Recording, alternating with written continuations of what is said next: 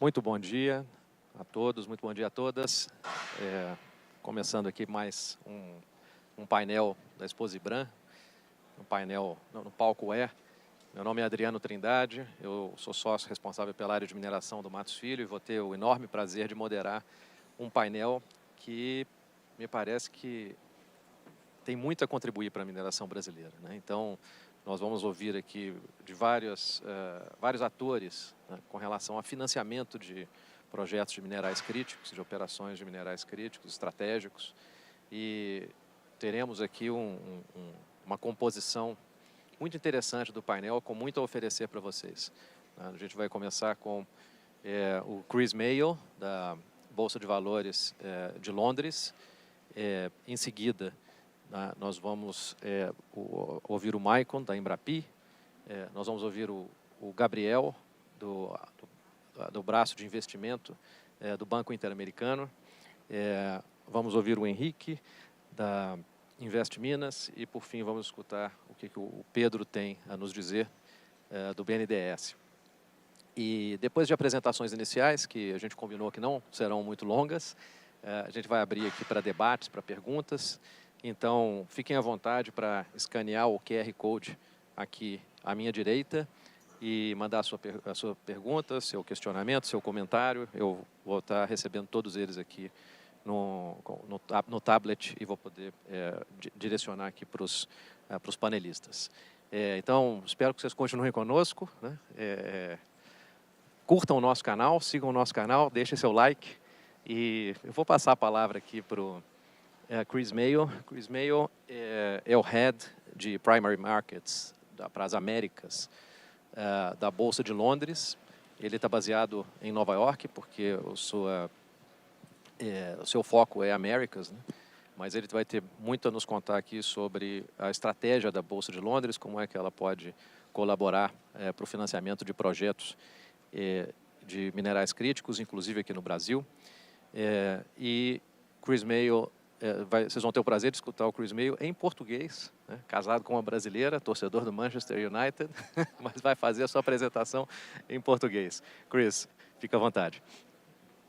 Obrigado, Adriano. Eu vou falar em português, mas eu preciso pedir desculpas porque o meu português é péssimo e eu vou provavelmente trocar o idioma no meio do painel, mas eu vou começar em português. Eu tenho uma apresentação somewhere. Vou tentar com isso. A sua apresentação do Chris Mayo.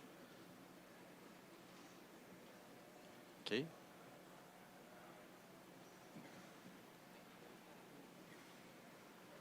Ok.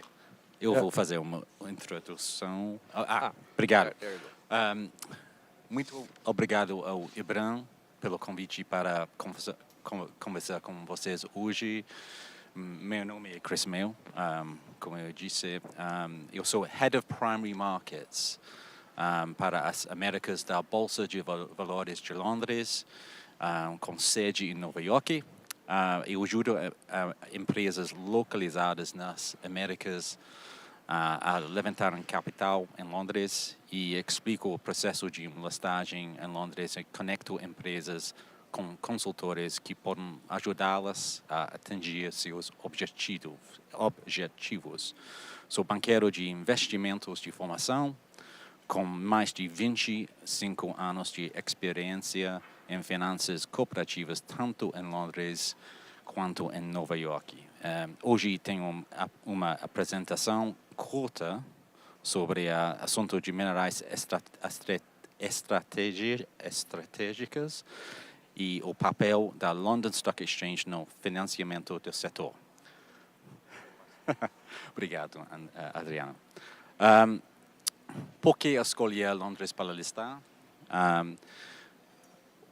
Londres é um mercado ainda muito importante.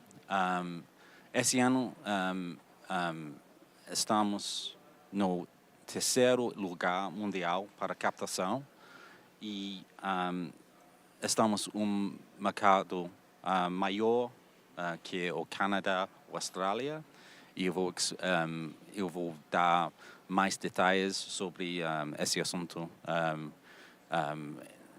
mais tarde na apresentação. E estamos no primeiro lugar mundial em termos de capitalização de mercado do setor de mineração. E nós temos um foco diferente do Canadá e da Austrália em termos do tamanho de empresas que estão listadas no mercado ou em Londres. E nós temos também uma base de investidores locais profundo e por causa disso temos forte acesso ao capital internacional britânico e essa base de investidores somente pode ser investido em empresas listadas em Londres. E temos agora uma nova oportunidade. Investidores britânicos não têm oportunidades suficientes para investir na transição energética por causa de, por exemplo, sanções econômicas contra a Rússia, o número de empresas listadas em minerais críticas em Londres é muito menor do que nos anos passados. E é um processo simples para fazer uma listagem dupla em Londres quando você tem uma empresa, por exemplo, já listada em Toronto. Você não precisa de alterar o balanço anual da empresa e os custos de fazer uma listagem são menores que você que vocês acham.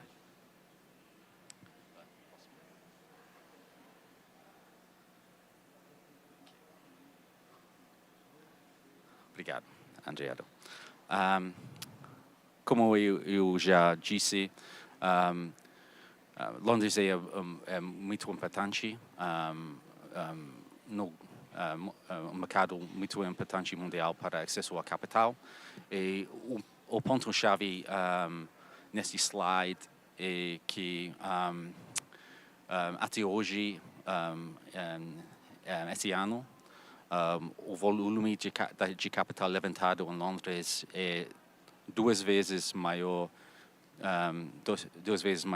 que o ASX e 3 vezes maior que o TSX e 5 vezes maior que o B3. Próximo.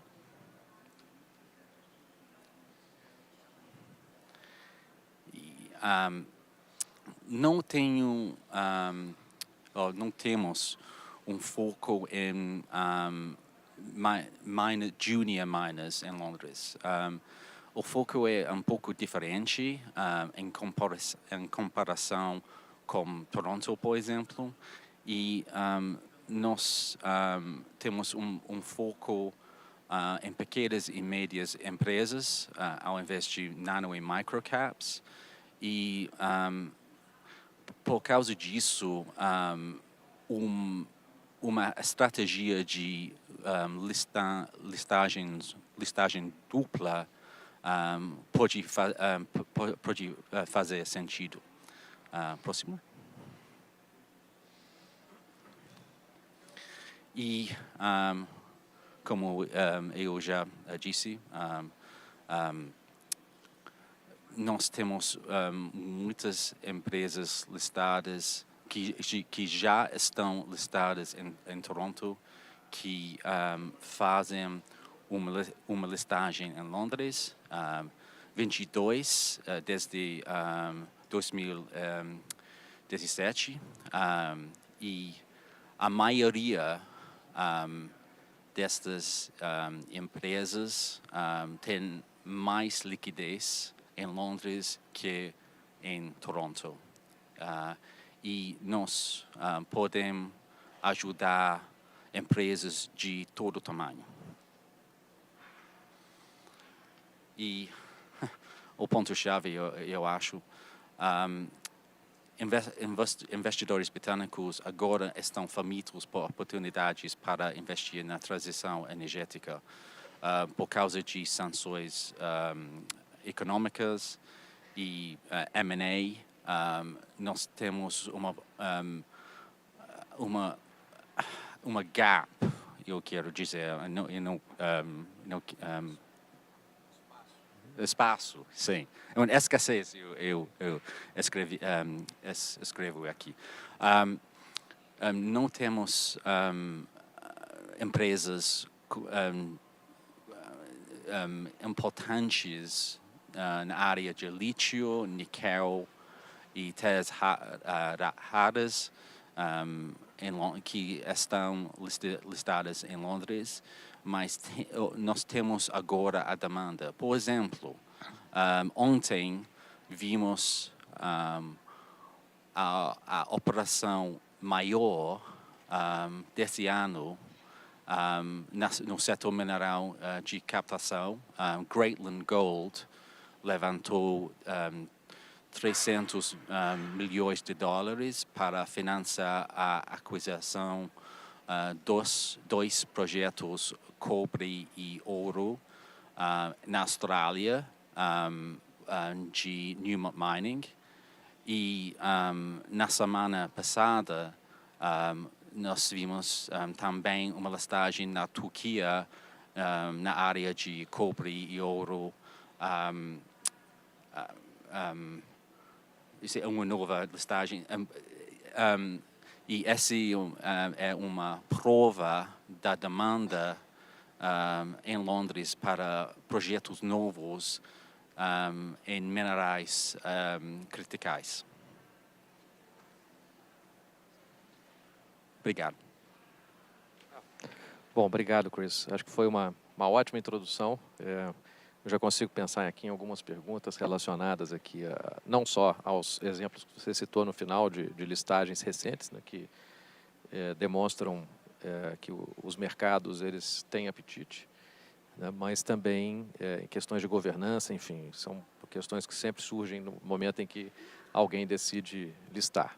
Mas eu vou deixar para fazer essas perguntas mais para frente, porque acho que antes seria muito importante a gente ouvir eu estou vendo, eu ia chamar o Maicon, mas eu estou vendo que o Gabriel está aqui na tela.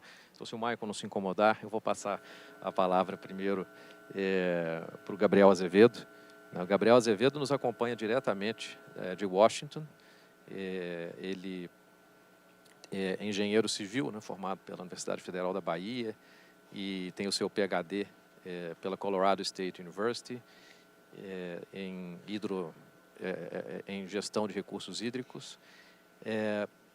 Gabriel Azevedo, ele trabalha no BID Invest, que é o braço de investimento privado do Banco Interamericano de Desenvolvimento. Então, eu acho que quero muito escutar o que ele tem a dizer, porque quando a gente pensa em BID, a gente pensa em financiamento de projetos públicos, né? E é interessante como é que os bancos multilaterais eles podem contribuir também para investimentos privados. Então, Gabriel, muito bem-vindo e é um prazer ter você virtualmente aqui conosco. Bom dia a todos, obrigado, Adriano, obrigado a todos. Peço desculpa por não ter podido estar aí pessoalmente. Na verdade, eu me desloquei para o Brasil e tive que voltar por uma questão de emergência aqui no banco. Mas é um prazer estar com todos e mais uma vez, parabenizar o IBRAM, que tem feito não só nesse evento, mas em outros eventos dos quais temos participado, um trabalho muito importante de diálogo, de aproximar partes e trazer visões para um setor, né, que é tão importante para a economia do Brasil e para a economia mundial. Bom, o Chris falou muito bem quando ele falou da experiência em Londres, de como a demanda, e nós estamos falando de financiamento, tem se expandido, né? apenas alguns dados rápidos que vocês devem saber melhor do que eu, mas em 2021, os investimentos na área de minerais críticos cresceram em média 20% globalmente, e desde 2022 tem crescido em média 30% anualmente. Então é um crescimento exponencial, né?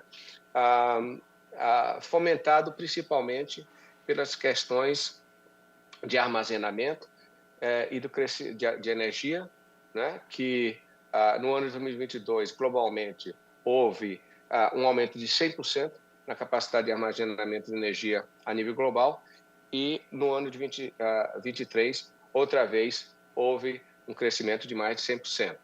Além disso, nós vemos que as demandas de carros elétricos têm crescido em média 10%, 60% nos últimos 3 anos, e com um crescimento projetado ainda mais acelerado. Ou seja, eu estou ilustrando esses dados para mostrar como a demanda e a necessidade de investimentos deve continuar crescendo.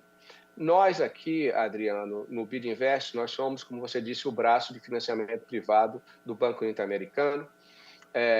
Trabalhamos com empresas privadas ou com empresas que tenham cujo Estado seja acionista, desde que não demande nenhuma garantia soberana. Isso é importante. Ou seja, nós trabalhamos como um banco comercial de desenvolvimento. Ou seja, não podemos trabalhar com nada que demande nenhum tipo de garantia fiscal, seja de Estado, município ou federal.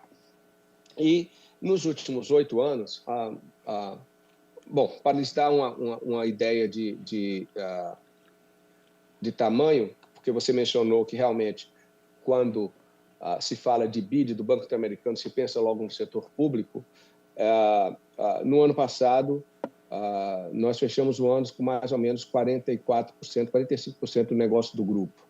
Ou seja, o BID fez cerca de 12 bilhões e meio de novos financiamentos, nós fizemos cerca de 10,4. E estamos agora passando por um processo de incremento de capital. Os nossos acionistas aprovaram esse ano um aumento de capital para o BID Invest, o que vai nos permitir quase que dobrar de tamanho. A nossa ênfase com relação ao financiamento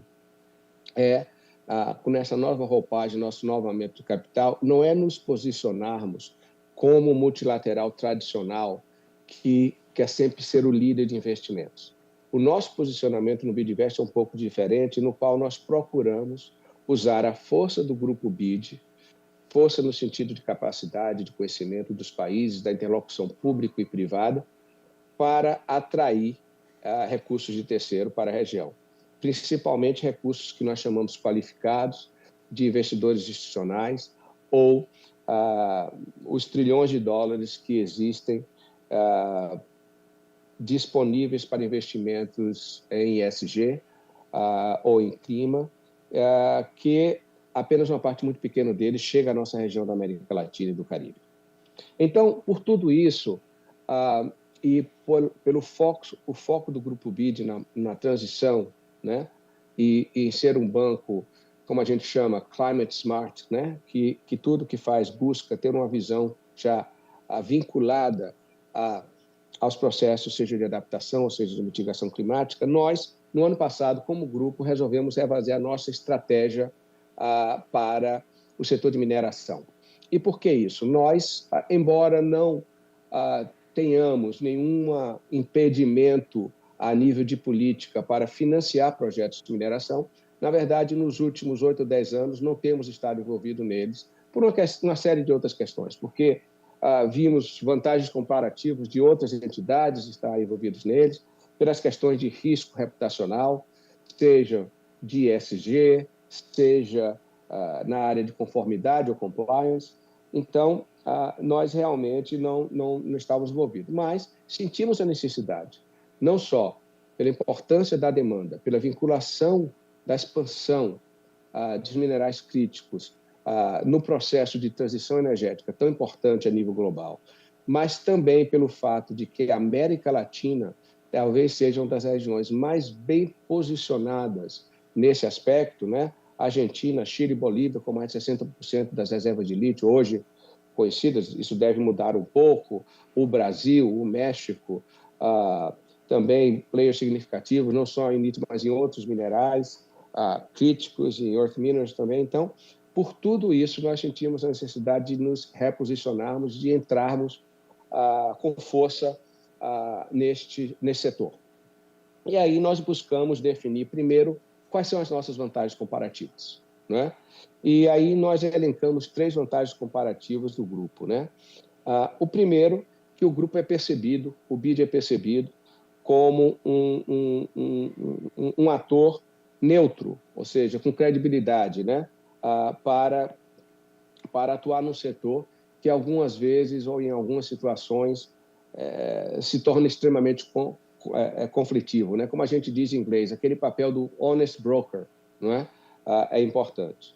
Segundo, porque nós no banco sempre trabalhamos com a visão de longo prazo, né? E é por isso que os países têm uma vinculação tão forte com o BID, enquanto os ciclos políticos nos nossos países são ciclos mais curtos, de 4 ou 5 anos, as nossas estratégias de atuação no BID são estratégias de longo prazo, que traspassam 1 ou 2 ou até 3 administrações. Então, isso é, de novo, uma vantagem comparativa, né? E a terceira vantagem comparativa é que nós temos acesso a uma variedade de recursos, seja, no caso do BID Invest, nós podemos fazer equity, seja instrumentos de empréstimo, sejam recursos concessionais para assistência técnica, seja acesso a fundos globais para blended finance, apenas para dar alguns exemplos. Então, nós vimos que esses 3 componentes, né? Honest broker, visão de desenvolvimento de longo prazo e acesso a uma cesta diversificada de produtos, eram vantagens comparativas para nós. E aí nós procuramos definir, né, além disso, quais seriam os fatores que nos levariam a investir em um projeto dessa natureza e qual o cliente ideal para o grupo BID. E eu vou encerrar aqui, porque quero ser breve. Então, sobre os fatores, é importante dizer sobre o BID Invest, tá? O Brasil, apenas uma informação, é o segundo maior acionista do BID Invest. Primeiro, os Estados Unidos, o Brasil está logo atrás. E nós temos por estatuto de criação, nós temos uma obrigação de não crowd out o setor privado, ou seja, o nosso papel não é competir com a banca privada.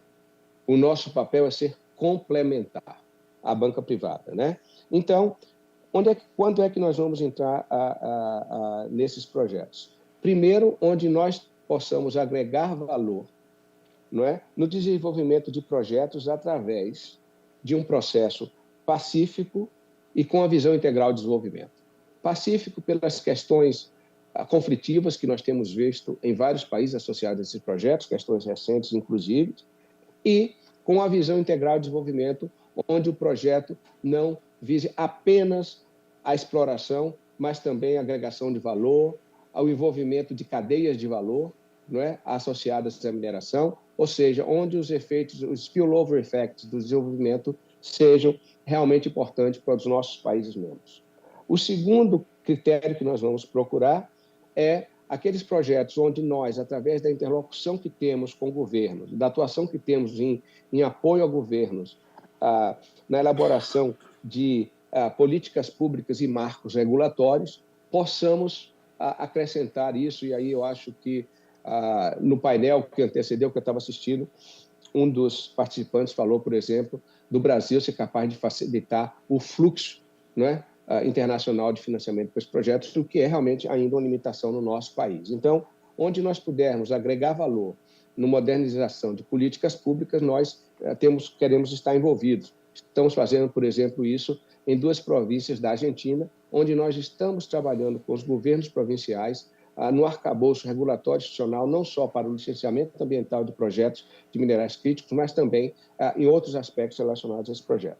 E o terceiro aspecto que nos interessa são os aspectos onde nós possamos contribuir com o desenvolvimento de inovação industrial, de ganhos de eficiência industrial e de ganhos de produtividade que ainda são muito baixas, a produtividade ainda é muito baixa nos nossos países da América Latina. E, finalmente, quais são os clientes ideais no caso, o BID Invest. Como eu disse, tem que ser clientes privados.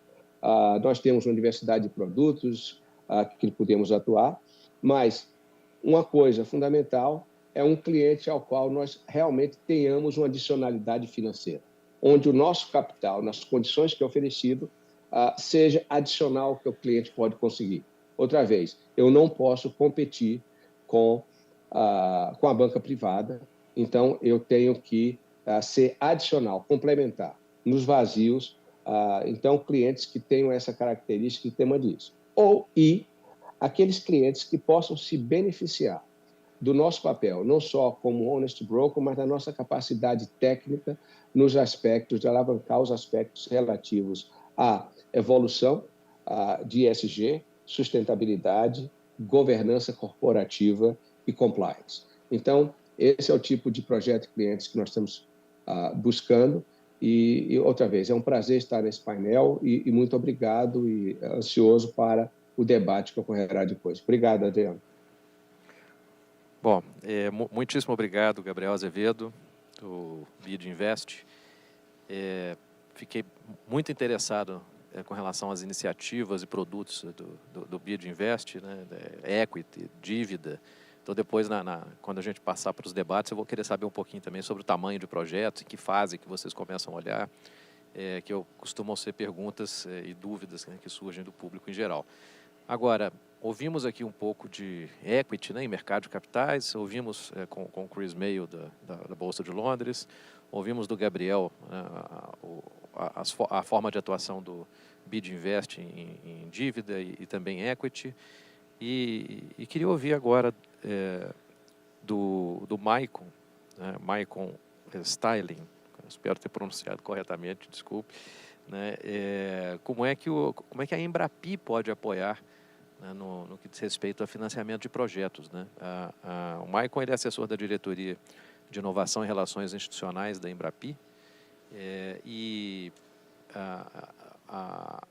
Michael já tem uma atuação há muitos e muitos anos nessa área de inovação, inclusive ele é servidor de carreira, né, do Ministério de Desenvolvimento e Indústria e atualmente atua na Embrapi, mas eu acho que tem bastante coisa, tem muito produto interessante da Embrapi, né, pelo que a gente já conversou. Então, Michael, muito obrigado por estar aqui, a palavra é sua. Obrigado, Adriano, bom dia a todos, obrigado principalmente ao IBRAM pelo convite, mais uma vez para a gente poder apresentar aqui a Embrapi para o público do evento. Ano passado eu tive também lá em Belém, no evento anterior, e já com alguns ótimos contatos, inclusive, que vão retornar com projetos Embrapi.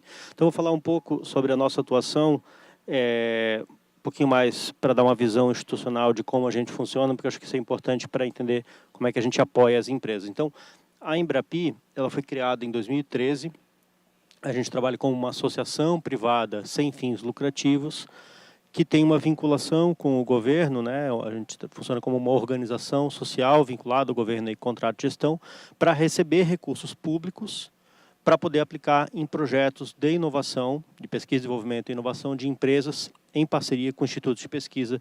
Já vou detalhar um pouco.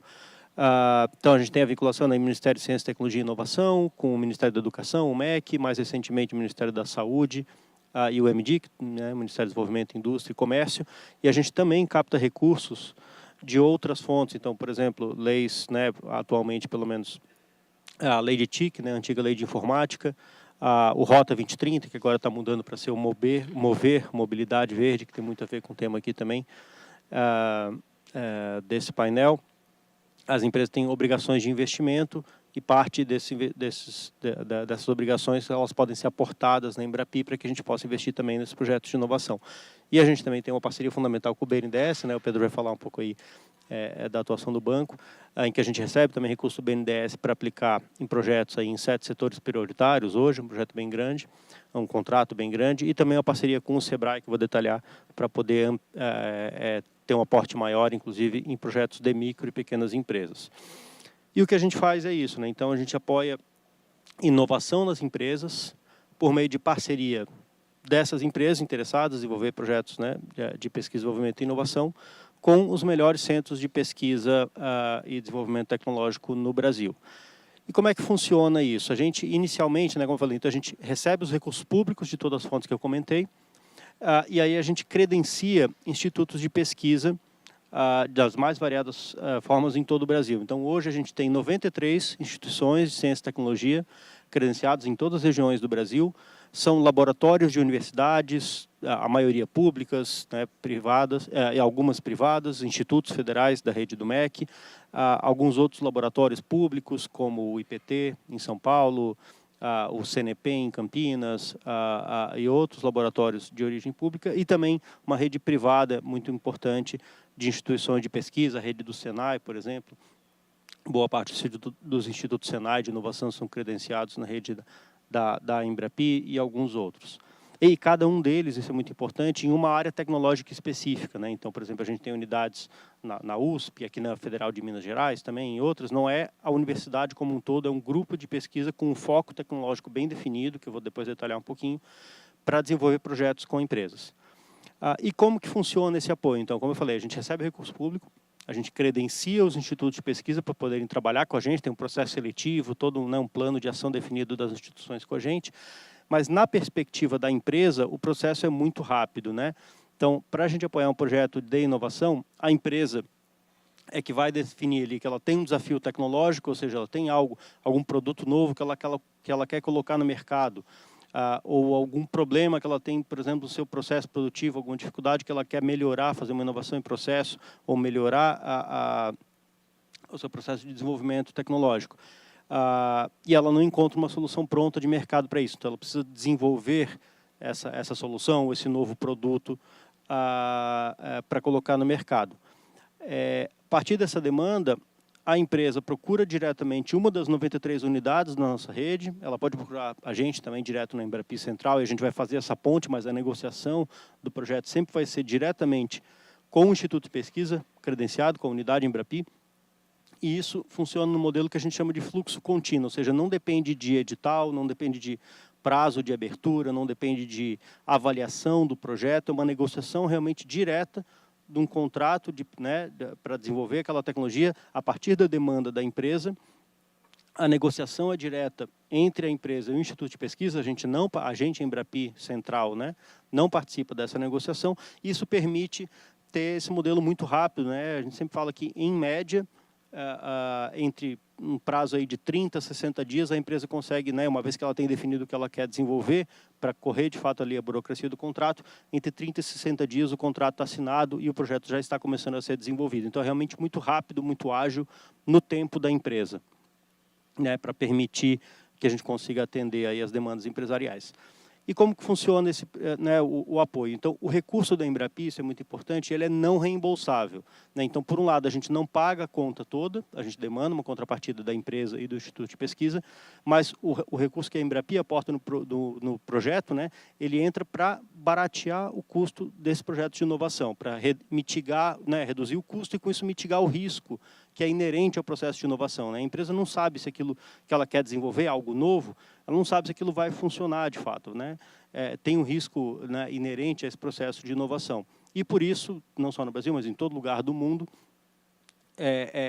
sempre se entra, né, todos os governos colocam recursos públicos para fomentar a inovação, né, no modelo semelhante aí. Então, para grandes empresas, o recurso da Embrapi, na média, tem, né, as unidades têm um pouco de flexibilidade nessa negociação, mas, na média, o recurso não reembolsável da Embrapi vai custear até 1/3 do valor total dos projetos, e o restante, 2/3, no caso de grandes empresas, vai ser negociado aí entre as empresas e as unidades Embrapi. A unidade entra com uma contrapartida econômica, depois eu detalho um pouquinho. No caso de pequenas e médias empresas, então empresas que têm faturamento anual até R$90 milhões, a gente dá um aporte maior, né? Dado que a empresa é menor, a gente permite que o recurso da Embrapi chegue até 50% do valor, o que diminui a contrapartida das empresas.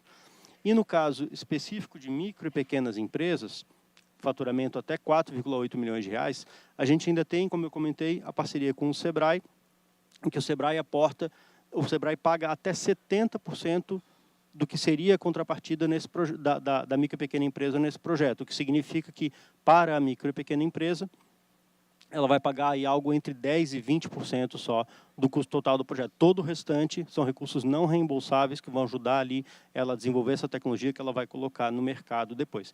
Isso pode ser feito, inclusive, em projetos, né? Inclusive tem condições melhores de tamanho do projeto, encadeamento tecnológico, né? A gente tem muito assim grandes empresas, médias e grandes empresas demandando, fazendo projeto em parceria com uma micro e pequena, que vai desenvolver o projeto junto com ele, às vezes até sob demanda da grande empresa, e tem várias configurações, obviamente, mas é possível também. Então, ter grande empresa com micro e pequena, e a parte da micro e pequena empresa tem esse benefício adicional aí do Sebrae. Um pouquinho sobre os resultados, o que a gente desenvolveu até hoje. Como eu comentei, a Embrapi foi criada em 2013, o primeiro ano foi de credenciamento das unidades, então a gente, de fato, começou a contratar projetos em 2014. Nesse período aí foram mais de 2.750 projetos já contratados, quase 1.700 projetos concluídos, ou seja, a gente tem mais de 1.000 projetos nesse momento em execução pelas nossas 93 unidades. E mais 1.855 empresas já desses projetos, e essa diferença é muito importante, né? A gente tem bem mais projeto do que empresa, porque uma vez que a empresa vê, faz um primeiro projeto, vê a agilidade do modelo, como aquilo atende a demanda direta dela, o recurso não reembolsável ajudando a baratear, as empresas voltam para desenvolver mais. Então, as maiores empresas do Brasil têm dezenas de projetos. A Petrobras é quem mais tem, a ArcelorMittal, logo em seguida. A Petrobras tem mais de 60 projetos, a ArcelorMittal logo em seguida. A Vale é uma das, está entre as, acho que top 5, top 10, com projetos em Embrapi.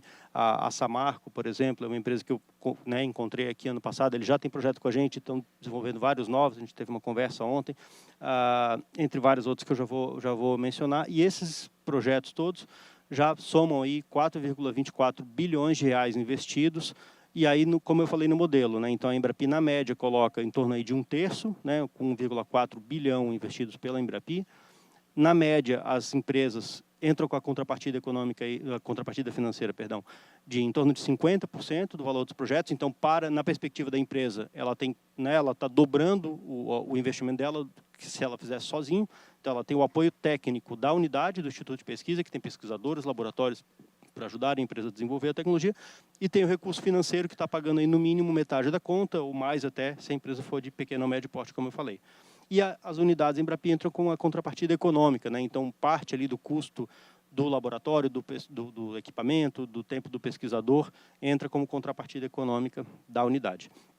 Só no setor de mineração, já me encaminhando para o final, a gente tem 88 projetos até o momento, 44 empresas, mais de 180 milhões de reais investidos.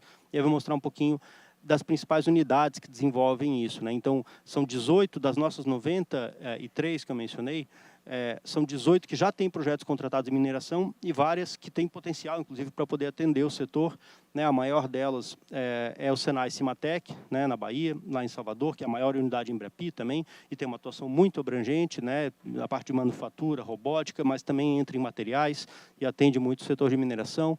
Tecnogreen, que é um laboratório da USP, né, focado em química verde, processos bioquímicos. O Departamento de Ciência da Computação aqui da Federal de Minas Gerais, que trabalha com software, né, e sistemas cyberfísicos, e também, né, desenvolve esse tipo de tecnologia, no caso aí 7 projetos para o setor de mineração. O IPT, né, o Instituto de Pesquisa Tecnológica de São Paulo, tem 2 unidades, tem uma de biotecnologia e tem essa aqui de materiais, então foca muito aí em material de alto desempenho, cerâmico, polimérico, semicondutores, até nanotecnologia, né, nanopartículas, e resíduos e rejeitos também, então muito a ver aí com mineração. A Federal de Ouro Preto, e o FOP, também com foco específico em mineração, né, mineração sustentável, resíduos. O Senai Ligas Especiais, que fica aqui, né, em Minas Gerais também, mais um foco em aço e ligas especiais, mas também tem muita relação, obviamente, com mineração. A Poli, a Escola Politécnica da USP, também material para construção ecoeficiente, né? Então, um grande consumidor, obviamente, aqui da mineração. E destaco também 3 unidades mais novas, que tem poucos, né? A Federal do Rio Grande do Norte e o CETEM, que é o Centro de Tecnologias Minerais, é um instituto público que estava, inclusive, num painel aqui ontem, muito relevante. Já tem uma atuação forte, né, nesse segmento e se credenciou recentemente na Embrapi. Então, também são unidades novas que têm poucos projetos ainda, mas que, porque se credenciaram recentemente, então tem um grande potencial aí para apoiar, para aumentar o apoio ao setor, né? O Senai de Tecnologias Minerais, que fica lá em Belém, com atuação em economia circular na mineração. O Instituto Federal do Rio Grande do Norte, também tecnologias para mineração, geometalurgia, e o CETEM, que eu comentei, em várias áreas aí relacionadas à tecnologia mineral. Finalizo com alguns exemplos de projeto de destaque, só para tangibilizar um pouco quais são os tipos de tecnologia que a gente desenvolve, e aí, né, não exclusivamente, mas cada vez mais com foco na questão aqui de minerais estratégicos, né, que é o foco do nosso tema, do painel. Então, esse é um projeto recente e é um dos mais destacados da Embrapi hoje, né, ele foi iniciado agora no início desse ano. É um projeto com recurso do Rota 2030, né, da política do setor automotivo, que a gente recebe, que eu comentei. E é um projeto estruturante, em parceria nossa, da Embrapi, com o Senai. Então, desenvolve aí 1, 2, 3, 4, 5, 6 unidades da Embrapi, além de alguns institutos Senai. São 27 empresas parceiras. E é um projeto bem ambicioso, não só pelo valor total do projeto, né, mais de 68 milhões de reais, mas principalmente que ele é realmente um projeto estruturante para fomentar o desenvolvimento de toda a cadeia de produção de células de bateria de íons lítio aqui no Brasil. Para, né, tentar o objetivo e a ambição é realmente ajudar o país e empresas com atuação aqui no Brasil a terem o domínio dessa tecnologia, que é, obviamente, né, uma área não só muito importante para a transição energética hoje, mas que também um grande potencial demandante, né, especialmente se a gente fomentar essa cadeia aqui no Brasil, para minerais estratégicos, né? Então, a gente tem todo tipo de empresa, aí, desde as empresas de mineração, a CBA, acho que tem mais alguma de mineração, até fabricantes de equipamentos, WEG, Tupi e outras, até as montadoras, né, GM, Volkswagen, Marco Polo e algumas outras, inclusive a Petrobras no meio, Stellantis, entre outras, produtoras de bateria, Moura. Tem realmente um grupo muito grande de empresas que pretende se beneficiar desse desenvolvimento.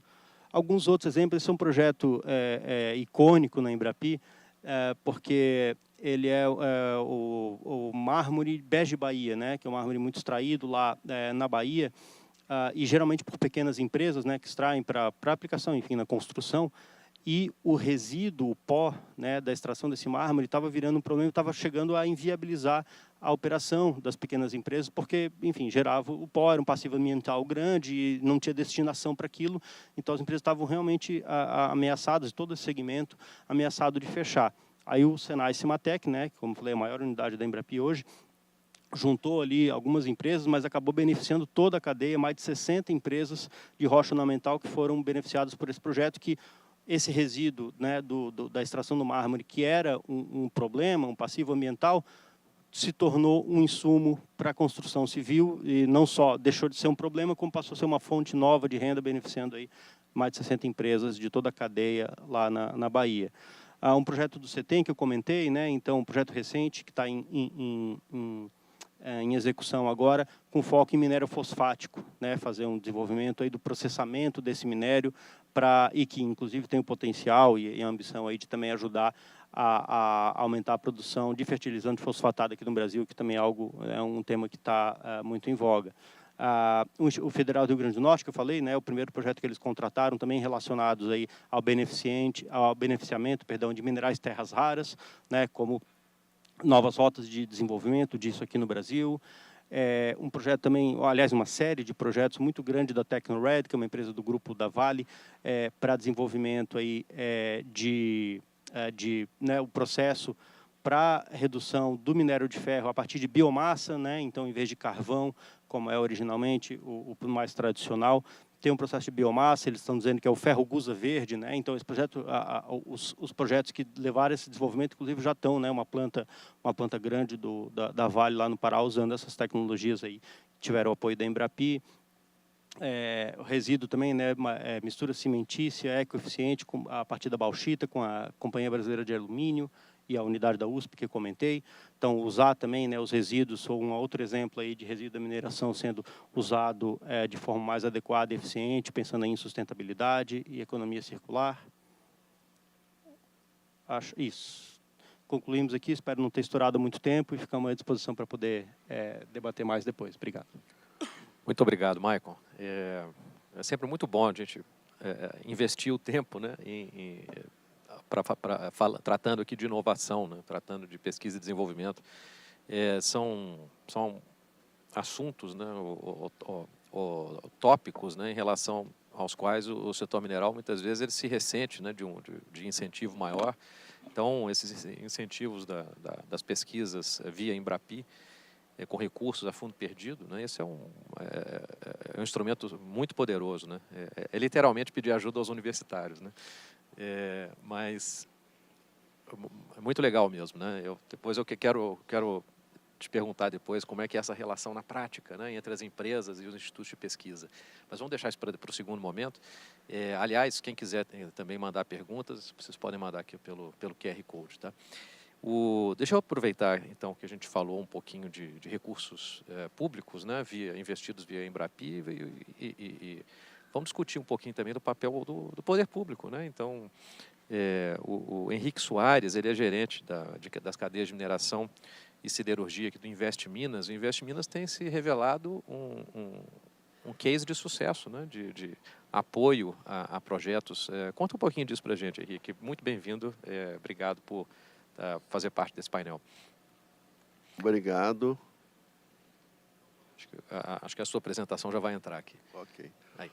Bom, em primeiro lugar, eu queria agradecer ao IBRAM pelo convite, pela oportunidade de estar aqui, representando a Invest Minas, para falar do financiamento para minerais críticos e estratégicos visando a transição energética, né? Na verdade, nós da Invest Minas, nós não atuamos diretamente com linhas de financiamento. A nossa missão é promover investimentos, negócios e empregos em Minas Gerais, e o nosso objetivo é ser um balcão único, né, para todos aqueles empresários que desejam investir no Estado. Então, o que a gente tem feito é batido alguns recordes na atração de investimento durante os últimos anos aí da gestão Zema, e no caso específico relacionado com investimentos e com linhas de financiamento, a gente atua mais na conexão entre pessoas ou empresas ou empreendedores e a conexão com o mercado de capitais, com o mercado de investidores, fundos de investimento.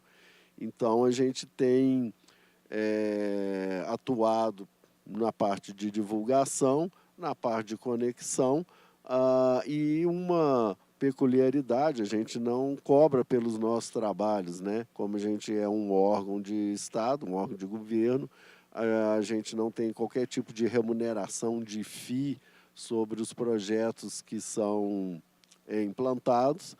A nossa remuneração vem da geração de emprego e renda e, consequentemente, arrecadação para o Estado. Bom, nesses últimos anos, né, de 2019 para cá, como foi dito, a Invest Minas tem batido recordes na atração de investimento, e o setor de mineração ele tem uma participação expressiva.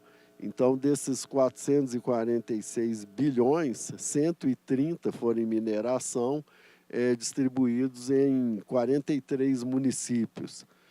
Acho importante destacar que, nesse contexto, um outro valor semelhante ao da mineração foi de investimento em energia e energia renovável.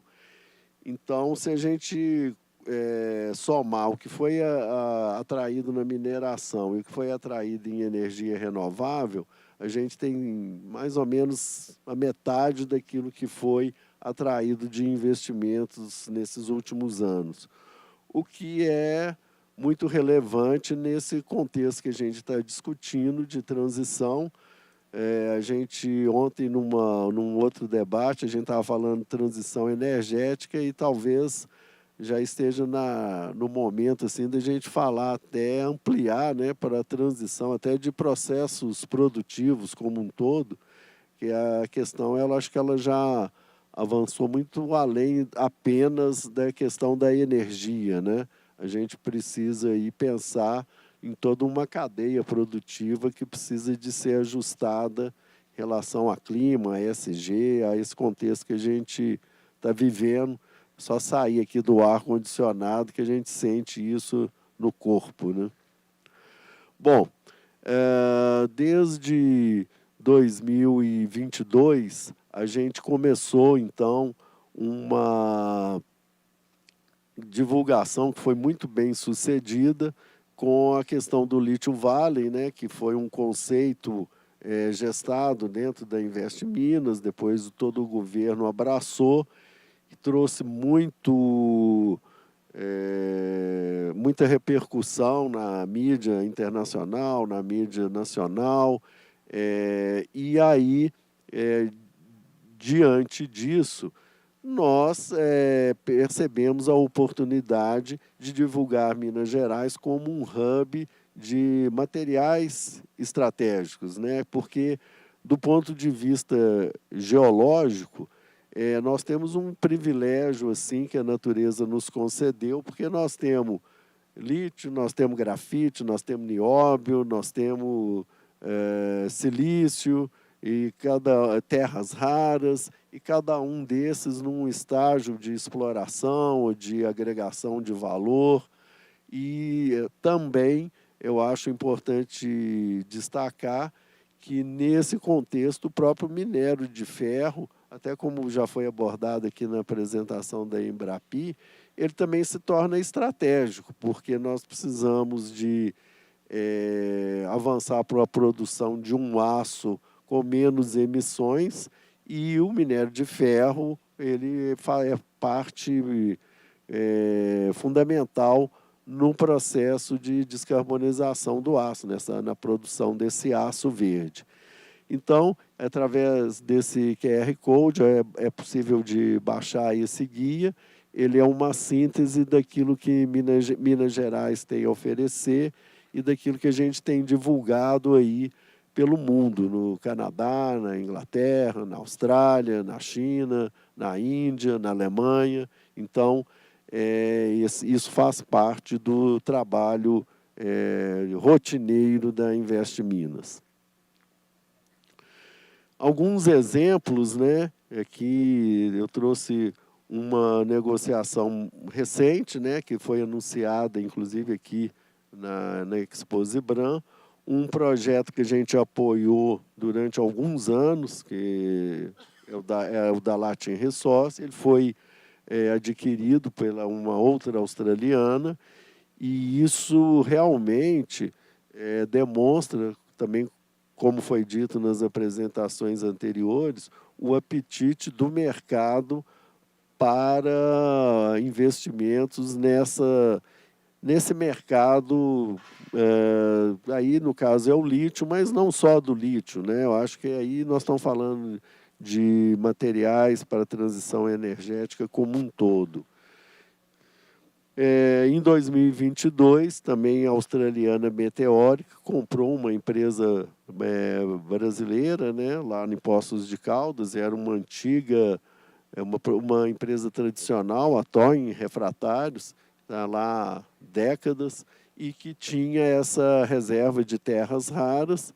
A transação da Meteoric deu origem depois a uma outra, que é a Virides, de forma que Poços de Caldas, a gente espera que nos próximos anos se torne uma referência internacional na extração de terras raras, com um diferencial incrível que vem da argila iônica, né, e que aí o processo de extração é muito mais interessante, menos agressivo, mais barato. Então, abre oportunidades assim, muito expressivas. Há um desafio, né, tanto no lítio como nas terras raras, que nós vamos ter que lidar como Estado, e até, eu acho até além do Estado, como país, de a gente buscar avançar downstream, né, em todas essas cadeias, a gente não ficar apenas exportando concentrados minerais, né? Isso aí entra toda essa parte de financiamento, políticas públicas, infraestrutura. Então, nós temos algumas grandes oportunidades e, em paralelo, temos alguns bons desafios, né? É interessante a gente sempre relembrar, né, que nesse contexto, de repente, nós percebemos Minas Gerais no centro global de uma discussão que pode definir rumos até do ponto de vista geopolítico, social, modos de produção, modos de organização social e política em Minas Gerais, por esse privilégio geológico, está dentro dessa, é um dos centros mundiais dessa discussão.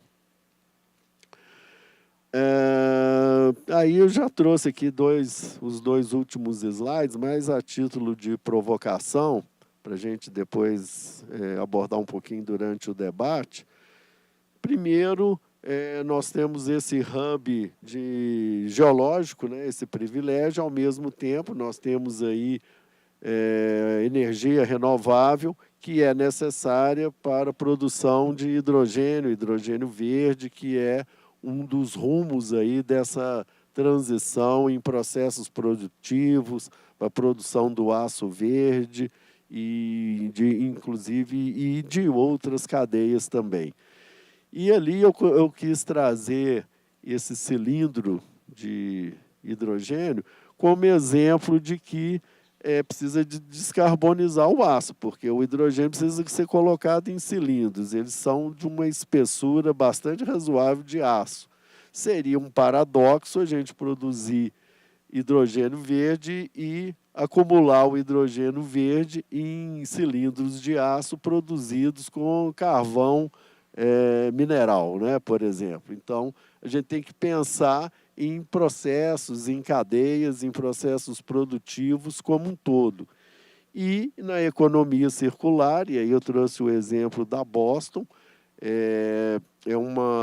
um projeto que a gente tem muito orgulho de ter apoiado, trouxe para Minas Gerais também uma evidência em relação, inclusive, a fundos internacionais, apoiados até pelo Bill Gates, que mostram que nós temos que fazer essa transição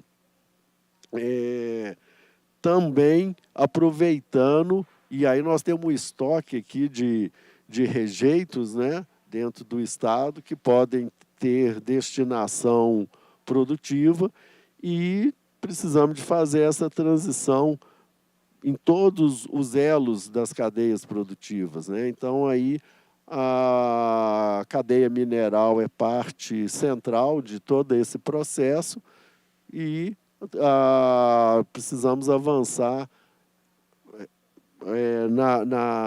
na cadeia e ter consciência da necessidade de ter processos extrativos menos agressivos ao meio ambiente, né? E, ao mesmo tempo, avançar downstream para que a gente consiga, inclusive, gerar recursos para viabilizar toda essa transição que é necessária que seja feita. E, por fim,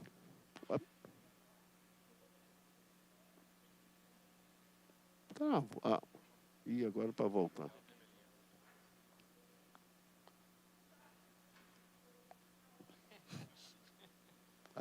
Não, foi 2. Tem que ter o esperar. No fim, eu trouxe algumas notícias de jornais a título de provocação, citar a Ana Cabral, que está aqui no painel ao lado, né? A nossa espécie assim, de um ídolo, né? Nesse contexto todo, pioneira com a Sigma, mas que realmente nós temos que refletir. Recentemente ela deu essa entrevista e nós precisamos pensar, além de toda essa cadeia de financiamento, como que a gente consegue que os produtos que têm algum tipo de selo verde tenham uma remuneração condizente com o investimento que tem que ser feito. Nós temos, conforme está ali o Financial Times, um montante calculado por eles lá de 9 trilhões de dólares que deve ser investido nessa transição. Então, isso indica que tem muita oportunidade, né? assim, um momento de crise em alguns aspectos, mas é um momento de imensas oportunidades. Então, a gente imagina o seguinte: toda a dimensão de uma mudança global que vai custar 9 trilhões de dólares. Então, assim, dá para fazer muito negócio. Mas precisa de indicar mecanismos, e aí toda essa discussão nossa de financiamento, ESG e critérios de direcionamento de fluxo de capital nessa direção, para que essas oportunidades sejam aproveitadas da melhor forma possível e viabilize essa transição que a gente tem. É uma questão, acho que diria até, para finalizar, quase que de sobrevivência, né? Então é isso, queria novamente agradecer e deixar o restante deixar meus contatos e deixar o restante para o debate que se segue. Muito obrigado. Bom, muito obrigado, Henrique. Muito interessante a sua apresentação com relação ao papel, né, do Estado, né, via Invest Minas, né, como é que o Estado pode efetivamente apoiar com o caso de sucesso. Depois eu quero ouvir um pouco mais desses casos aí. Você mencionou a Ana Cabral, que está aqui do lado, falando, inclusive, mas continuem seguindo o nosso canal. Tá? Deixem seu like aqui, que agora a gente vai escutar aqui o Pedro Dias, também do Estado, né? É um banco, o BNDES, né? Que vai nos contar um pouco sobre várias... tem um passador, sobre várias iniciativas do BNDES. O BNDES há muito tempo tem vários produtos. Agora, esse ano, lançou no início do ano, e foi uma estrela do PDAC, o fundo, né, que deve ser implementado e entrar em operação no início do ano que vem, né? Então, Pedro, conta para a gente tudo isso, né? O Pedro é gerente de inteligência de mercado de mineração e transformação mineral lá do BNDES e vai poder contribuir muito aqui com ideias de financiamento de projetos de minerais críticos e estratégicos. Bem-vindo, Pedro. Obrigado, Adriano. Eu tenho o desafio aqui de permitir que o debate aconteça em função do tempo, né? Então, eu vou ser muito objetivo aqui, vocês me perdoem se eu passar um pouco rápido algum ponto, eu acho que esse material vai estar disponível, então vocês vão poder acessar lá. Eu fiz questão de trazer tudo que a gente criou de novo ou reforçou bastante aí para apoiar esse novo ciclo da política industrial brasileira. Então, eu já inicio com ele. Foi organizada uma política industrial em 6 missões e o setor mineral, tanto a parte de produção mineral quanto de transformação mineral, ele está muito bem contemplado em algumas dessas missões, principalmente na missão 5 de bioeconomia, descarbonização, transição e segurança energética, onde ele é, inclusive, parte de um objetivo textualmente. Então, a gente trabalhou firmemente com o Ministério do Desenvolvimento, Indústria e Comércio, com outros órgãos de governo, para, inclusive, apoiar a construção dessa política. E para suportar o financiamento dessa nova indústria, que é uma nova indústria que será mais verde, mais inovadora, mais digital, mais exportadora, mais produtiva, o governo lançou o Plano Mais Produção, que é o suporte financeiro na linha do financiamento de projetos de até 300 bilhões no horizonte de 4 anos, justamente para suportar esses investimentos das indústrias. E em termos de produtos financeiros, eu trago aqui uma lista de alguns dos que foram reforçados para o apoio à Nova Indústria Brasil. Então, um destaque, que é o nosso carro-chefe para descarbonização e transição climática, que é o novo Fundo Clima. Teve um reforço de orçamento, conta com um orçamento anual agora da ordem de 10 bilhões de reais para projetos que reduzam emissões, que contribuam para a mitigação de impactos climáticos. Na parte do crédito do BNDES, vou falar um pouquinho mais dele. O fundo que você comentou, Adriano, ele é um FIP, é um Fundo de Investimento e Participação de Minerais Estratégicos. A gente está com a chamada pública agora, selecionando um gestor e a melhor proposta, a gente vai investir nesse fundo. O programa Mais Inovação, que é um programa de crédito BNDES e FINEP, com uma condição bastante incentivada, eu vou falar também um pouco mais dele, além de recursos não reembolsáveis do Fundo Nacional de Desenvolvimento Científico e Tecnológico, vinculado a essas missões de política industrial via chamadas públicas da FINEP. Isso é muito importante, as empresas estarem atentas não só a tudo que a Embrapi tem permitido, via instituições, via as unidades credenciadas Embrapi, mas também as chamadas públicas da FINEP. Além disso, reforçamos e retomamos com muita força o crédito para exportação, que é uma oportunidade aqui também. Estamos seguindo com o nosso crédito de longo prazo para capacidade e modernização do parque industrial, tanto diretamente com o BNDES quanto via agentes financeiros. Temos outros fundos no pipeline que poderão atender a etapa de transformação mineral, por exemplo. E temos a criação do Fundo Nacional de Desenvolvimento Industrial e Tecnológico, no âmbito do programa Mover, que quando tiver operacional ele vai ser mais uma importante fonte de recursos aí para desenvolvimento do setor. Sobre o novo Fundo Clima, muito rapidamente, como eu comentei, ele é o nosso carro-chefe, ele está dividido em 6 modalidades, uma delas é a indústria verde, outra transição energética, então atende diversas ambições e pipeline de investimento das empresas, e a gente trabalha com custo financeiro que ele está em 6,15 mais 1,1, então a gente está falando de 7,25 mais spread de risco. Tá? Isso fixo no ambiente Selic, né? É um custo financeiro de mercado internacional para o mercado brasileiro.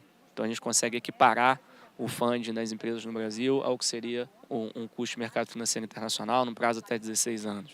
Tá? E aí eu trago como exemplo de apoio aqui no âmbito dessa linha, parte de tecnologia, capacidade produtiva, comercialização, tudo relacionado a bens e serviços para descarbonização, a gente consegue trabalhar e propor ao nosso comitê que seja apoiado no âmbito dessa linha. Eu falo sempre propor, porque as decisões de quais linhas vão ser aplicadas a cada projeto é em função de um comitê de superintendente do BNDES, e a depender de valor e características sobe a nossa diretoria. Então, quando nós identificamos e negociamos um projeto, a gente sempre busca elementos para propor as melhores condições que a gente consegue prover às empresas, mas é sempre uma decisão do comitê. O programa BNDES Mais Inovação, como eu falei, ele tem uma linha incentivada que trabalha TR mais 2, mais a taxa de risco. Então, aqui, em alguns casos, a gente está falando de juro real zero, tá? E voltado para PDI, no âmbito das missões do CNDI, aquelas 6 missões de política industrial que eu mostrei. PDI também no âmbito dos planos relacionados a meio ambiente. E temos a possibilidade também de apoiar plantas industriais pioneiras. Então, se é um processo novo ou um produto novo no Brasil, ou cuja produção ainda seja muito incipiente, a gente consegue até 50% do valor do investimento apoiar também com essa taxa em TR mais 2. Tá? Então, aqui é uma oportunidade fantástica para tirar do papel uma série de investimentos. E, por fim, eu vou falar trazer um pouquinho mais de detalhe do fundo, que é a participação do BNDES no risco de exploração e de desenvolvimento de mina. O BNDES, nos anos 70, foi um dos... Eu falo um dos 5, com certeza, mas talvez a gente tenha sido um dos 3 principais agentes da exploração mineral no Brasil. Financiamos uma série de campanhas da Vale naquela época, também do Serviço Geológico, fizemos parcerias com empresas de pesquisa estaduais e fizemos isso até os anos 2000, por ali, para justamente trazer a capacidade de produção mineral que o Brasil precisava para a sua indústria.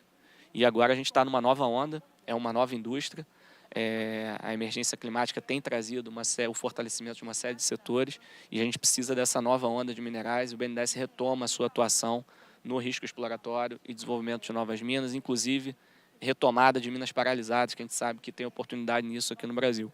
Então o fundo ele vem como esse mecanismo, entendendo que seria o mecanismo mais viável em termos de reunir a especialização e o compartilhamento de risco que são necessários para você entrar nesse tipo de projeto. Então a gente olha o Brasil com uma capacidade geológica ainda a ser explorada imensa, uma série de projetos já demonstrando excelentes resultados e temos, óbvio, né, essa demanda mundial vinculada a um mercado interno que também vai crescer muito fortemente, sendo puxado por essa transição energética. E o Brasil, em palavras da Agência Internacional de Energia, ele reúne um conjunto de minerais realmente que atende amplamente essa agenda de transição energética, diferentemente de alguns parceiros nossos que acabam ficando um pouco mais limitados. Então, isso a gente acredita que não vai parar aqui. O próximo passo, que eu estou já muito imbuído agora, é a transformação, que o Henrique falou. Mas primeiro a gente precisa ter o mineral sendo produzido, precisa ter empresa forte produzindo, com capital, para poder fazer parceria e avançar na transformação. Então, só os últimos detalhes aqui do fundo. É um fundo que a gente estima que vai alcançar um capital total de 1 bilhão. O nosso edital, que a gente está analisando, o gestor agora, ele prevê até 250 do BNDES, até 250 da Vale, que entrou conosco nesse projeto, e limitado a 25% cada um. Então, o gestor ele vai ter um esforço de captação ali para além desse recurso de mais 500 milhões. E a gente acredita, pelo que a gente viu das propostas que nós já recebemos e já fizemos uma primeira etapa de análise, a segunda está sendo concluída essa semana, a gente vai captar e vai captar muito bem, vai captar rápido. Então, esse fundo, tudo indica que após o lançamento, após a divulgação do resultado ali no dia 4 de outubro, nós teremos a divulgação da primeira proposta, né, que vai ser selecionada para começar um processo de due diligence, discussão de regulamento, e a gente acredita que esse fundo vai estar operacional no primeiro TRI de 2025, já tendo alcançado um valor para o primeiro closing ali e ter capital disponível para fazer os primeiros investimentos. A negociação pode começar antes, né? Uma vez que a gente tem o gestor identificado, eu já tenho certeza que as conversas vão aquecer muito, né? A dinâmica vai ser muito forte e a gente vai estar já iniciando 25 fazendo investimento, essa é a nossa expectativa. Eu acho que eu termino por aqui. Deixa eu ver se tem mais alguma coisa aqui. Não, então. Por final, é como que você tem acesso a isso tudo, né? Então, hoje a gente faz tudo isso via portal. Então, por favor, vocês podem acessar o portal do BNDES, portal do cliente do BNDES, super fácil, jogar no Google, portal do cliente do BNDES, você acessa. E temos também o canal MPME, para aquelas empresas de porte menor que a gente atende da melhor forma via agente financeiro. E vamos ao debate. Excelente, Pedro. Muito obrigado pela apresentação.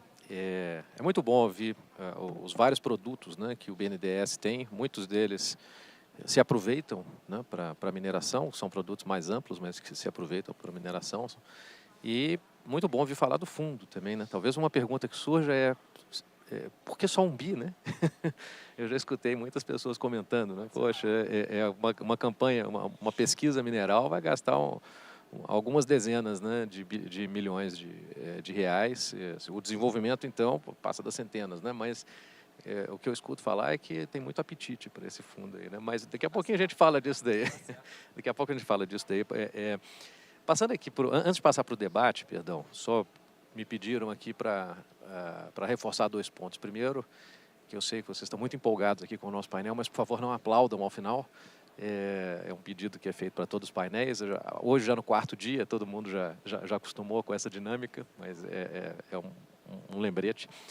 E me pediram também para avisar que, ao final dos painéis da manhã, por volta aí das 12h30, haverá um pronunciamento aqui do nosso presidente do IBRAM, o ministro Raul Jungmann.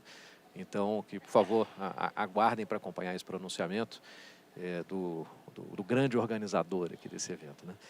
E passando então aqui para a etapa aqui de debates, eu combinei com o Chris Mayo, como a gente não sabia quais eram as perguntas que viriam, então eu perguntei para ele que eu faria as perguntas em inglês. Então, para as pessoas que querem acompanhar essa parte do debate com tradução, passa para o canal número 10 aqui do nosso palco So, Chris, you talked a lot about listing, and you Você falou, Chris, você na verdade, Chris, você falou sobre listar as empresas, né? E você também falou sobre a possibilidade de trabalho na Bolsa de Toronto. Quando nós decidimos entrar para a Bolsa, nós estabelecemos um relacionamento com pessoas que são desconhecidas. Vão ser investidores, novos acionistas. Então, qual é o impacto disso para as empresas? Abrir o capital. Qual é o impacto para as diretorias dessas empresas que abrem o capital? E outra pergunta que eu recebi aqui em relação à abertura de capital é a seguinte: qual é o impacto em termos de custo para entrar em conformidade com requisitos legais. Bom, eu vou falar em inglês que vai doer muito menos para todo mundo, inclusive para mim. Bom, eu acho que o que a gente viu aqui nesse painel é que o financiamento é muito complexo. E depende muito do nível de maturidade dos projetos para você saber qual é a melhor fonte de financiamento para você. Para projetos mais incipientes, você tem um tipo de fundo. Para projetos que já estão mais maduros, talvez possam usar equity.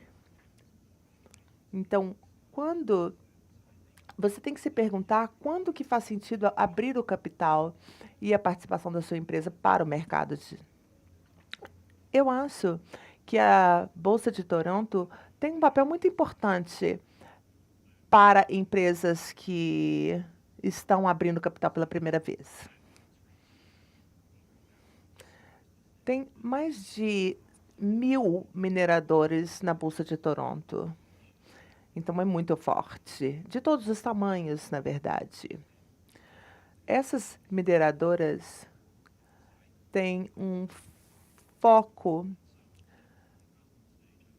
em estágios mais de desenvolvimento, quando estão em termos do ciclo de vida total. Então, essas são empresas que estão em níveis mais incipientes em termos de desenvolvimento. Estão pesquisando, pesquisa geológica e tudo mais. Estão em fase de pré-viabilidade ou de viabilidade. Esse tipo de empresa vai ter acesso a um tipo de financiamento. Então, para eles, é uma vantagem estar, por exemplo, na Bolsa de Toronto, porque eles ganham acesso a esse tipo de financiamento que, caso contrário, não teriam. Nós temos alguns exemplos em Toronto em que essa abertura, por exemplo, não funcionou. Mas geralmente funciona. Geralmente as empresas começam a ter acesso a um capital que ajuda ou auxilia essas empresas a investir no que precisa ser investido, principalmente nesses estágios mais iniciais de viabilidade, pré-viabilidade, etc. Quando a gente fala do mercado de capitais, a Bolsa de Ações de Londres, ela não é cara, especialmente se comparada à americana. O que nós falamos é o seguinte: se você já tem capital aberto em Toronto ou na Austrália, e preste atenção no que eu estou falando, geralmente é mais fácil você abrir o capital em outras bolsas também.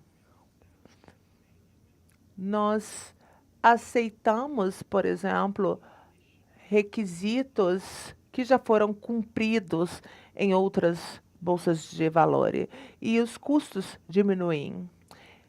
Então, abrir o capital é importante. Muitas vezes você faz isso uma vez e o processo, parte dele pode ser aproveitado para abrir o seu capital em outras bolsas também. Eu estou falando de requisitos, claro, do mercado privado. Se você vai abrir o capital no mercado e incluir mercado público, é outra história. São outros requisitos, os requisitos internacionais são outros. Então, aí o passo é maior. Sair do privado para o público, o passo é bem grande. Mas, se você tomar passos menores, começar, por exemplo, abrindo capital em Toronto, a segunda bolsa na qual você vai abrir o capital vai ser mais simples, e a terceira mais simples ainda, e assim sucessivamente. Bom? Muito bom. Então, voltando ao português. Do Gabriel Azevedo aqui.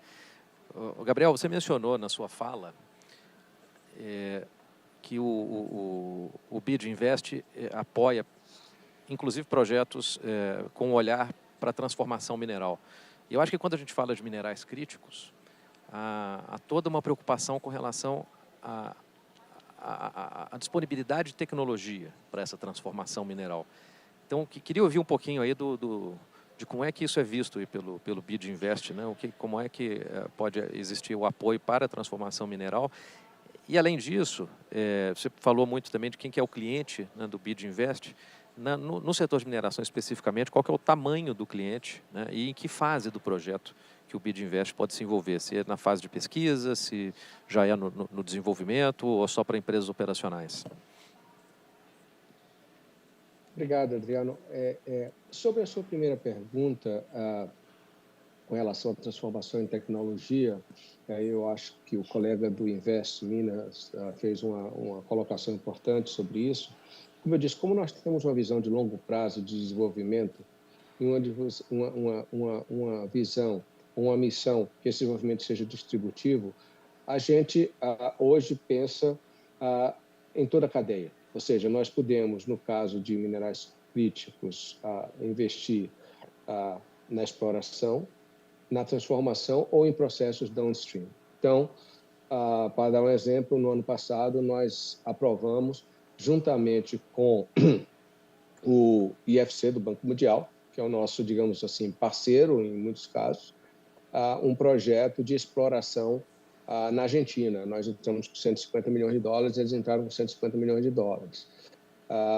Já no Brasil, eu não posso divulgar a empresa, mas devemos aprovar nos próximos 2 meses um projeto de produção para expansão de uma empresa que produz baterias de lítio para aparelhos eletrônicos no norte do país. Uma empresa já instalada e nós vamos financiar a expansão. Ou seja, do ponto de vista da cadeia, nós podemos financiar qualquer uma das etapas da cadeia. Mas a gente acha que a transformação e a agregação de valor e o efeito distributivo é muito importante, né? Inclusive no aspecto da exploração.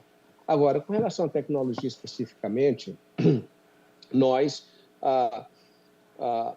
não temos assim uma definição específica, uma limitação específica. Por um lado, como um banco, no momento que você financia, se olhasse só apenas pelo aspecto da bancabilidade, no momento que você financia uma tecnologia que já é testada, você tem um pouco mais de conforto ou um risco um pouco menor. Por outro lado, como nós somos um banco de desenvolvimento, nós temos que estimular a inovação e novas tecnologias e tomar algum risco nisso. E, em alguns casos, a gente falou muito aqui do aspecto verde, da transformação e da exploração, e, em alguns casos, até, dependendo do nível de inovação, acessar recursos para blended finance que se destinam a esse tipo de coisa. Então, de forma geral, é isso. Agora, com relação a tamanho de projeto, nós não temos uma limitação nem para cima nem para baixo. Obviamente, nós não somos uma instituição que faz projetos no varejo. Em algumas, como eu disse, o Brasil é o segundo maior acionista, é o nosso principal cliente, cerca de 18%, 19% do nosso portfólio hoje está no Brasil, entre os 26 países que atuamos. E nosso ticket médio, se a gente olha o espectro dos 26 países, no ano passado foi de 47 milhões de dólares, mas aí nós tivemos projetos que chegaram a $1 bilhão, no qual nós entramos com a parte e mobilizamos o resto, porque a nossa função de mobilização também é importante, em economias maiores, e projetos em economia muito menores, de 5 milhões de dólares. Ou seja, mas para dar uma noção de tamanho, nós não temos uma limitação nem para baixo nem para cima. Obviamente, é caro trabalhar conosco, então, caro, no sentido, como nós não somos uma instituição de varejo, fazer um projeto de 5 milhões de dólares para nós, a nível de retorno financeiro, não compensa, mas nós fazemos isso quando faz sentido pelo aspecto de desenvolvimento, que é o nosso grande objetivo, pelo aspecto de gerar impacto positivo. Mas nesse setor que nós estamos falando aqui, nós não estamos falando de projetos pequenos, nós estamos falando de projetos grandes, e aí é uma outra vantagem nossa, a nossa capacidade de usar o nosso selo de qualidade em muitos dos aspectos que nós discutimos aqui, para atrair investidores, é a nosso principal valor agregado. Então, nós temos desenvolvido em projetos, como eu disse, grandes, de 500, 600. Temos um projeto em Minas Gerais, não na área de mineração, mas na área de papel de celulose, no qual o nosso pacote foi da ordem de 500 milhões de dólares, parte dela mobilizado com investidores que investem conosco. Ou seja, quando o BID Invest entra, o apetite para eles entrarem em um projeto é maior. Geralmente são investidores institucionais, investidores com a capacidade de alavancagem muito maior que a nossa, inclusive, muito maior que nós, mas que não conhecem os nossos países, né? Não conhecem, tem dúvida, por exemplo, sobre o marco regulatório em alguns países, sobre os riscos reputacionais ou sobre os riscos de segurança jurídica. E como nós atuamos nos 26 países há 70 anos, há mais de 70 anos, temos uma relação estreita, uma presença física em todos os países e um conhecimento, não é, de como funcionam os mercados nesses países. Então, isso vamos dizer assim, é um componente de maior conforto para que investidores que muitas vezes vêm pela primeira vez para a América Latina venham associados conosco. Muito legal, muito interessante mesmo essa abordagem, né? E até pegando carona aí no que você mencionou sobre a chancela, né, do BID Invest, vou aproveitar e perguntar para o Henrique, e vou esticar a pergunta também para o Maicon, né?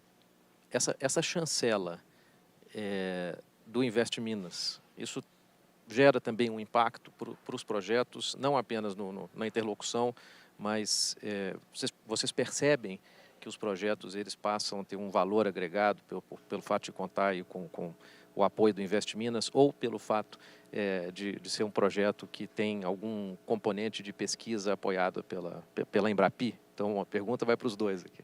Perfeito. Com certeza. Na verdade, quando a gente fala da Invest Minas, nós estamos falando aí do governo de Minas, né? E a gente formaliza esse apoio via protocolos de intenção, então são documentos assinados pelo governo com a empresa, onde se registra esse apoio, e isso muitas vezes é usado pelos empreendedores nos mercados internacionais para atrair recursos, né? Para atrair fontes de financiamento. No caso da mineração, um dos grandes desafios em relação a tempo, por exemplo, está no licenciamento ambiental, e aí a gente tem um papel de indicar como projeto prioritário para o licenciamento ambiental perante um grupo, que é o Grupo de Desenvolvimento Econômico, e aí esse projeto ele fica rotulado como prioritário, segue toda a legislação e critérios técnicos, mas ele tem um fast tracking, isso é muito relevante para o empreendedor. Acredito que sim, Adriano, né? Na medida em que se para esse tipo de projeto, né, ter uma perspectiva aí de inovação, de sustentabilidade a partir disso, né, também em alguns casos, ter um projeto Embrapi, não tem dúvida que contribua, um ou mais, né? Como eu falei, tem empresas importantes do setor que tem vários, às vezes até dezenas de projetos conosco, desenvolvendo novas tecnologias, né, nas mais várias frentes aí de atuação deles. E um ponto importante a Embrapi aberta, como eu falei, é um modelo aberto, né, e disponível para a empresa a qualquer momento. Então isso facilita muito que quando a empresa precisa, né, ela consegue rapidamente acionar, né, por meio das nossas unidades ali esse apoio. E também é aberto a qualquer empresa com atuação no Brasil, né? Então não tem nenhum tipo de limitação, a empresa seja de capital nacional ou estrangeira, desde que ela tenha um CNPJ aqui no Brasil, esteja atuando de fato aqui, né, para poder depois, inclusive, né, levar aquela tecnologia no mercado aqui. A gente é totalmente aberto. Temos várias, inclusive, né, empresas multinacionais com atuação aqui no Brasil que têm vários projetos apoiados por nós também. Então, não tenho dúvida que isso contribui, sim, na estratégia das empresas. Não, legal, muito bom. Obrigado. E deixa eu direcionar minha última pergunta aqui para o Pedro. Pedro, eu já adiantei a pergunta. 1 bi não é muito pouco? Né? Qual que é o impacto que o BNDES acredita que esse fundo pode trazer para o setor mineral? Vamos lá, obrigado, Adriano, pela pergunta.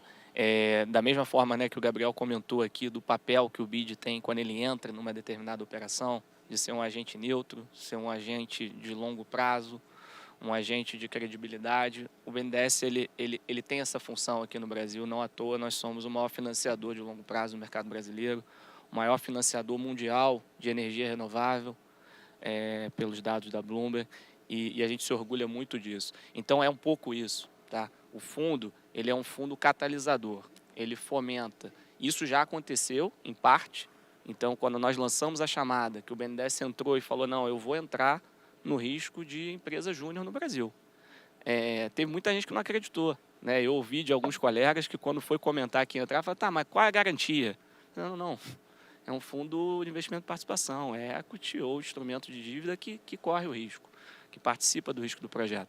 Então, quando a gente entrou, a gente já trouxe a Vale no âmbito do próprio edital, né, como parceiro, e o que a gente viu de perspectivas e indicativas de interesse de aporte que vieram nas propostas que nós recebemos foi fantástico.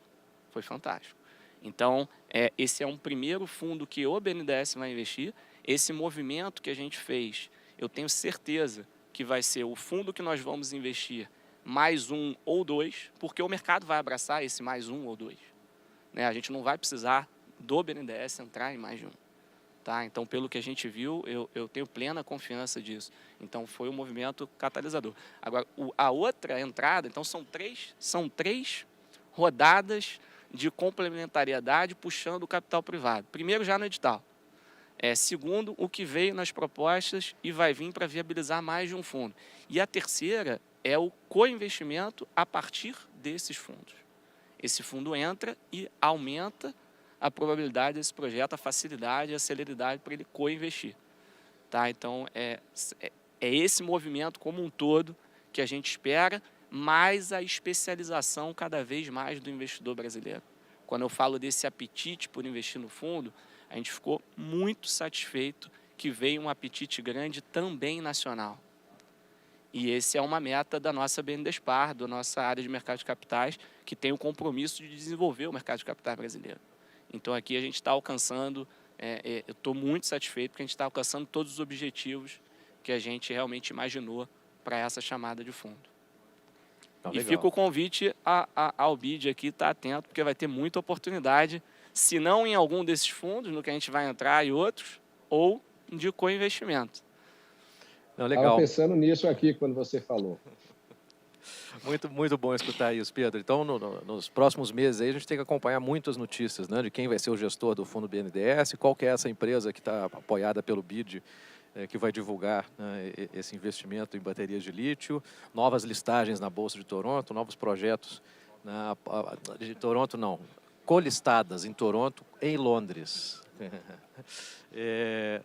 Novos projetos, né, apoiados pela Embrapi e o Investiminas, né, como um grande protagonista aqui do estado de Minas Gerais para projetos das mais diversas áreas, inclusive de mineração aqui em Minas Gerais. Muito obrigado, Pedro, Chris Mayo, da Bolsa de Londres, né, o Henrique, do Investiminas, muito obrigado, Maicon, da Embrapi, muito obrigado, Gabriel Azevedo, direto de Washington, né, do BID Invest, e muito obrigado ao IBRAM por nos convidar a participar desse painel. Até logo, gente.